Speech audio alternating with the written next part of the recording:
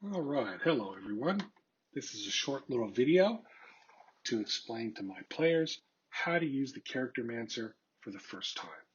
It's very easy and I'll walk you through it step by step. I've got my game set up from the player's perspective so that you'll only see in the video what you'll see when you actually use the Charactermancer yourself. So the first thing to direct you to is the sidebar here where you'll see your character sheet. I'll set this up for you. I might put your name on it, or it might just say PC1 or PC2, something like that. But regardless, you'll know which character sheet is yours, and you'll have a character sheet here in the sidebar just like this one. So let's click on it and open it up. Okay, here's the character sheet. This is the character sheet here. And in the character sheet, there are 3 pages. We'll call them pages: bio and info, character sheet, and attributes and abilities. Let's talk about this third one first. Okay, this is the attributes and abilities page. I don't know why it's here. You will never use it. I will never use it. I don't know anybody who's ever used it. It must be here for a reason, but honestly, I don't know what it is.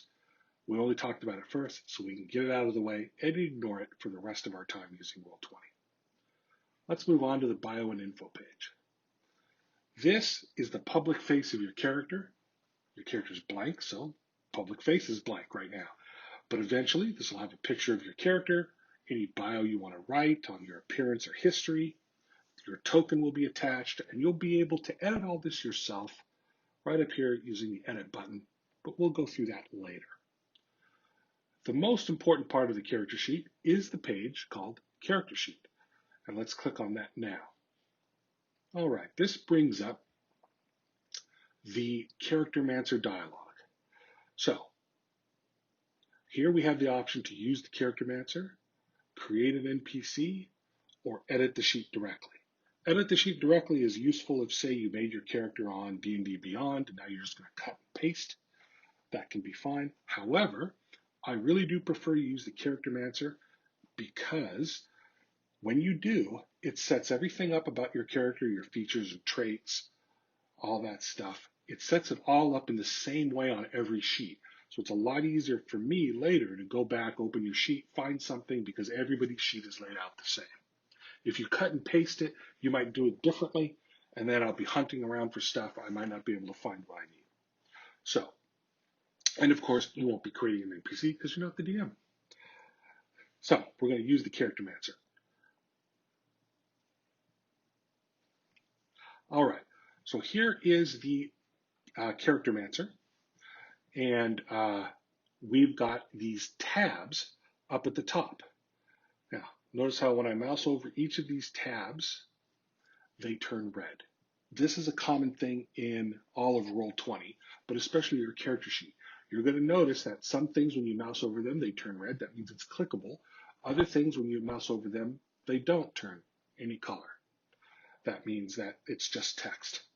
All right? So what we're going to do is, instead of clicking on these directly, we're just going to use this next button down in the lower right-hand corner and step through step by step. So click next. All right. Now, you notice that it took a moment for the sheet to populate and for this pull-down menu to become active. That's something that's going to happen each time you go to a new page or a new tab in the Charactermancer. It's going to take a moment to populate. I've got a fairly large compendium in Roll20, and it takes a moment to populate all the options in the Charactermancer. So now that we're here, let's talk now that we're starting to actually build our character about our character concept. What kind of character do we want to make? Well, most players, I believe, have kind of a concept of who they want to be, what kind of character they want to make going into the game, and they will make a character designed on your concept. Sometimes, when I make a game, I see a cool picture, when I make a character rather, I see a cool picture and I get an idea in my head of that personality, and then I want to make the character based on that picture. So we're going to do that now. I've got a cool picture here in the sidebar. I'm going to open it up. Let's set it over here. All right. This looks like a human knight. pop it up so it's a little bit bigger. Yeah, human knight wearing chainmail, looks like. And he looks pretty well dressed. I'm imagining he's kind of a noble. We'll choose the knight background for him. But let's not get ahead of ourselves. Okay, so let's choose a race here on the Charactermancer. Back to building our character. We're designing our character that we're making after this picture, so I'm going to go down and I'm going to choose human. Now you see all these different choices. There's lots and lots of them. And you notice how after each race, there's something in parentheses. That's the source that that race comes from. Now, different games are going to have different sources that are legal for those games. If you're running in Eberron, you're going to want the Eberron sources. If you're running in the Ravnica, you're going to want the Ravnica sources. I actually happen to run Forgotten Realms, so I don't use Ravnica, I don't use Eberron, I don't use a lot of stuff. I just use Player's Handbook. So that's what we're going to use. Also, this EK means Essentials Kit. That's a subset of the Player's Handbook, so that's basically the same as Player's Handbook. Okay, so we're going to choose human. We see that it's from the PHB and the EK source. Those are both legal sources in my game, so we're going to choose human. All right, it took a moment to bring up all the options. We get to choose an alignment. Now I'm imagining this character is a knight. A knight is lawful. I'm going to say I haven't decided whether he's a good guy or bad guy. So for now, I'm just going to say he's lawful neutral. All right. I see his size is medium. Speed is 30. And then he has languages. He'll start with common. And then he gets to choose another language. I'm going to say that he's an educated, he's a knight, so he's educated. And the educated tongue in Forgotten Realms, at least as I see it, is Elvish. It's kind of like the Greek of the old world. All the educated men, educated people, they could read Greek. And so where he's from, if you're educated, you read Elvish, you know Elvish, so I'm picking Elvish. Now, subrace. Not every, I was going to say not every race has a subrace, but actually I think every race does have a subrace, now that I think about it. But I have two choices here, standard human and variant human. The differences are, standard human gets a +1 to every single attribute. Variant human gets a +1 to only 2 attributes, but they also get to choose a feat at first level, which is very cool. So I'm going to go with variant human. Okay, so now choose which two ability scores to add to. I'm just going to choose for now strength and constitution. I can change them later. And I also get a skill proficiency right off the bat. And I'm going to choose the skill of perception. Well, yes, perception. I like the perception. That's a good skill for a knight to have. Okay, so I'm done with this page now. I've picked all the racial options, and so now I click next in the lower right-hand corner to take me to the page on the class. All right, clearly he's a fighter, so we're just going to go down and we're going to choose a fighter. Right, now fighter gives him some options. He can use simple weapons and martial weapons. He can use all types of armor and shields. He gets some skill proficiencies. So, okay, I'm going to choose athletics, and I'm going to choose animal handling. Gives him some riding skill. Now, he gets to choose a fighting style. All right. So there's all kinds of different fighting styles. Archery. I don't know. He's a sword. I kind of see him as a sword and board guy. So sword and shield. So archery is not the thing.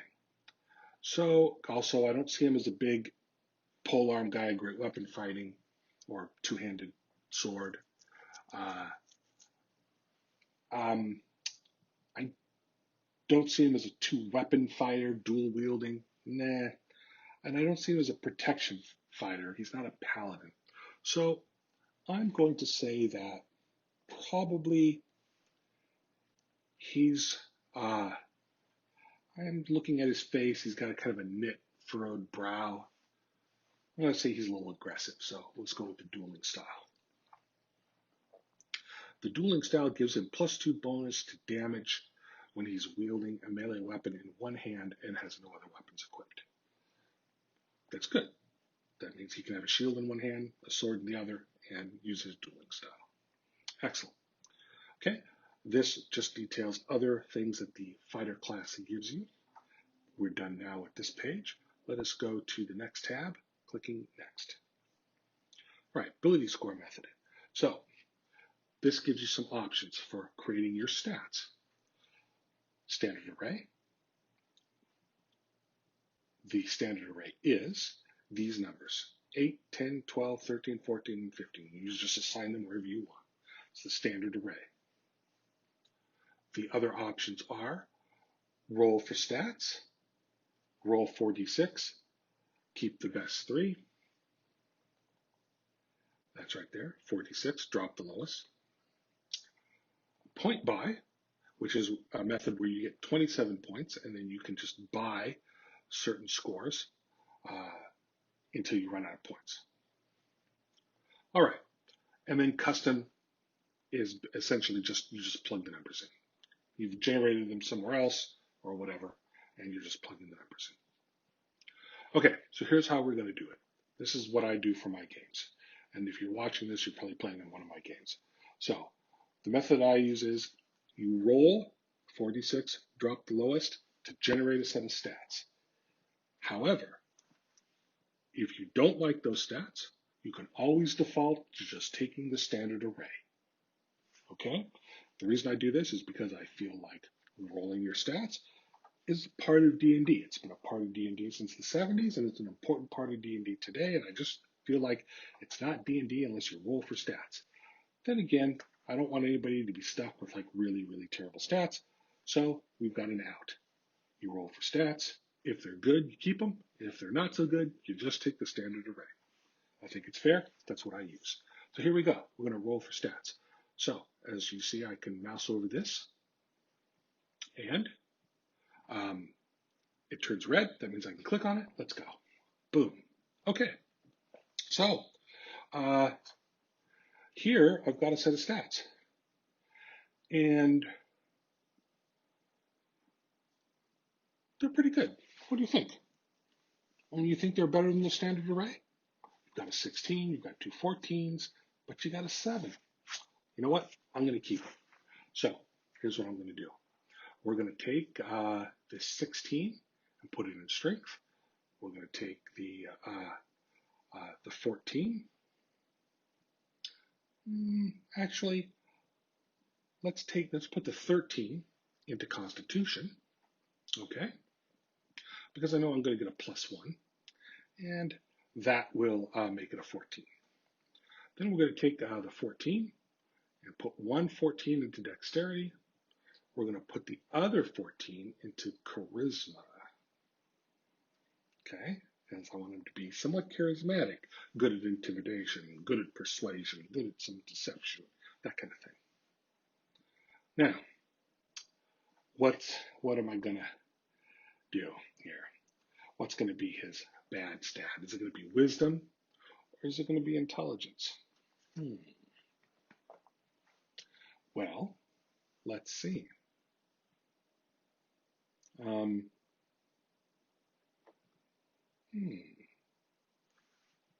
Why don't we make it wisdom and give him an average intelligence? All right. So now that we've assigned the stats, we could see them up here with the racial bonuses applied. So we put a 16 into strength, but he had a +1 to strength from before, so that becomes a 17. Here's his dexterity of 14, constitution of 14, 10, 7, 14. All right, let's go to the next. And here we choose a background. Now, I've kind of already decided that he's going to be a knight. So let's go down the list, find knight, choose that. That gives him the skills of history and persuasion. Excellent skills to have. Now, tools, I'm going to give him a dragon chess set he's good at playing chess, we'll say. Now, he gets another language proficiency. And let's see, what's a good language for him to take? He already knows Elvish and he knows Common. So let's say that he knows Dwarvish because his family doesn't trade with the Dwarven Kingdom. Okay, now we're going to go through personality traits. These are pretty important. I'm just going to go through them very quickly here. When you roll up your character, you're going to want to go carefully through these. So I'm going to choose a couple of things here. The common folk, nah, I don't think. Let's do this.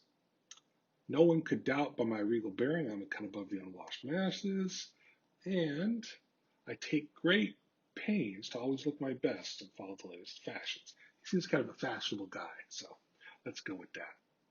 Now, his ideal is going to be, he's lawful, we know that, so I'm going to choose this one. Responsibility. It is my duty to respect the authority of those above me, just as those below me must respect mine. Now, a bond. Let's see, let's pick something.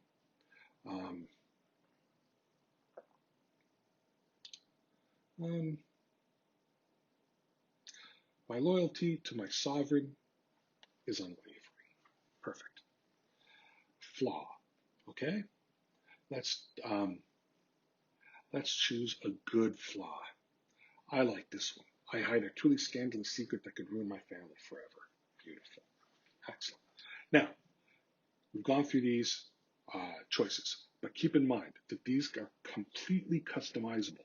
If you see something and it gives you an idea for something you want to do instead, maybe change it up a little bit, customize it, absolutely 100% fine. And I'll show you how you do that later. Okay, now that that's done, background stuff is done, we're going to go to next. Okay, how would you like to choose your equipment? We're going to go with class equipment. This will give you a list that you can choose from for the stuff that you start with at first level. Okay, it's very obvious. We're going to go with chainmail, just because we're matching this picture. We're going to give him a shield. We're going to give him a long sword.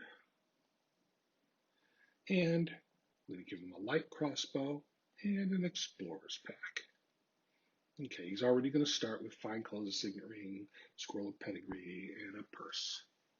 Okay, let's move on to the next tab. He has no spells. He's not a spellcaster. Ah, here's the feat. He gets to choose a feat. So, for this guy, about the only reason anybody ever chooses human, variant human, in D&D is because they want to start with a feat at first level. So, I'm going to start him with a feat called, down here, called Shield Master. Actually, no. Let's start him with this feat, Heavy Armor Master. That's a good one.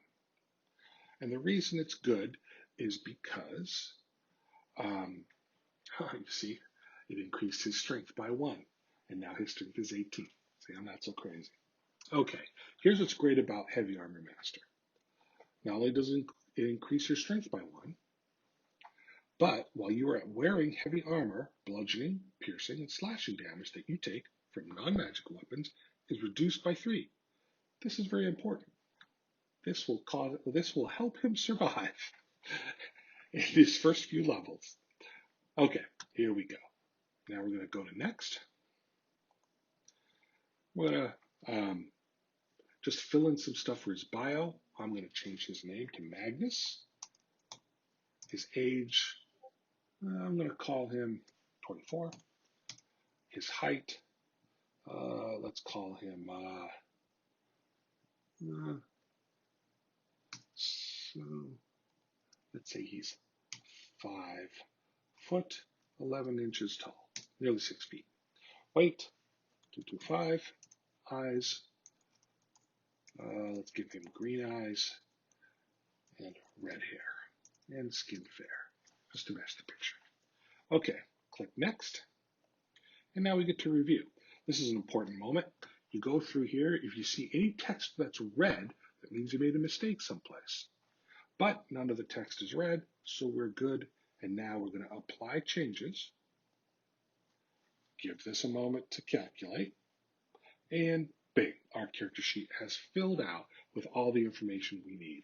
You'll see here the name, his fighter, background, race, alignment. We've got his ability scores here, all set up here. Beautiful. Now, here's his hit points. And here's his weapons, his attacks. He has a fighting style, dueling. We're going to go ahead and turn it on. That means that whenever he attacks, as long as he attacks one-handed with his one-handed weapon, he'll be able to add 2 to the damage. All right, and this is his equipment. He starts the game with 25 gold. 25 golden dragons.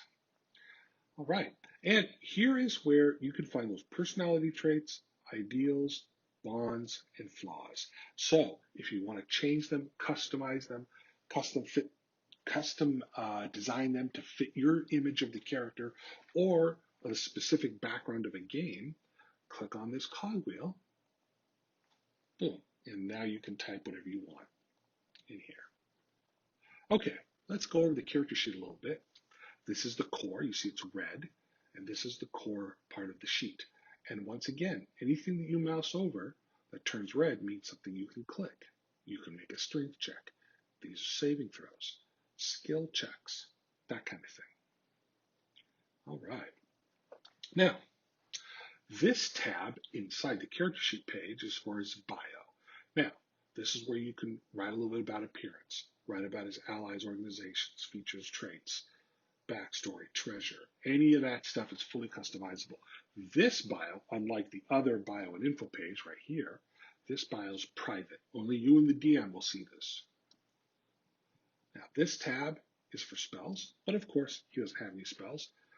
I'm going to choose strength here because sometimes a fighter has abilities that work off his strength, and they'll say, what's the DC? Like, say he tries to knock somebody down, there might be a DC to that if he becomes a battle master, and this just calculates it real quick for you. So his strength DC is 14. Now, this is the gear, the settings tab. You click on that, it takes you to a whole bunch of settings options that pertain to the core character sheet. And also, this is where the level plus Charactermancer is. So when your character goes up a level, you'll use this to level them up to a new level. All right, that is basically it. So we have now made a first level character. Now let's talk about writing of the background and putting in the picture. So, okay. I'm going to close it, then open it back up again so I can get this edit button back. Now, if you click edit, now you can edit your bio and info page. So I'm going to go ahead and put in his picture. Okay, I just dragged it from another folder I had on my computer. And there you see the folder there. And now I usually always write my bio like this. Appearance, Magnus is a well-dressed knight of the realm. His hair and nails are always, never mind. That's all I need to say. I'm going to bold this. Okay. Then what I like to do is I like to write known history. Okay. This is just what other players or people on the street would know about Magnus. Is the son of Baron, what's a good Baron name? Baron Alexei Fartikov. Let's say he's the youngest son Baron Alexei Artivkov. He's known to be rather brash and foolhardy at times because he has a little wisdom, right? All right, I'm going to bold this and save changes. And there you go. Now you can see when another player opens up this character sheet in the Journal tab, all they're going to see is this bio and info page, the picture, a little bit about his appearance, and a little bit about his known history. And that's it. You have now made a character using the Charactermancer in Roll20. Congratulations.